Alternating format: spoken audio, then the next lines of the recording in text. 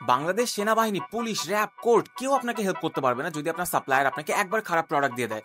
এই জন্য কথা বলে ভালো সাপ্লায়ার খোঁজার কিছু টেকনিক বলি।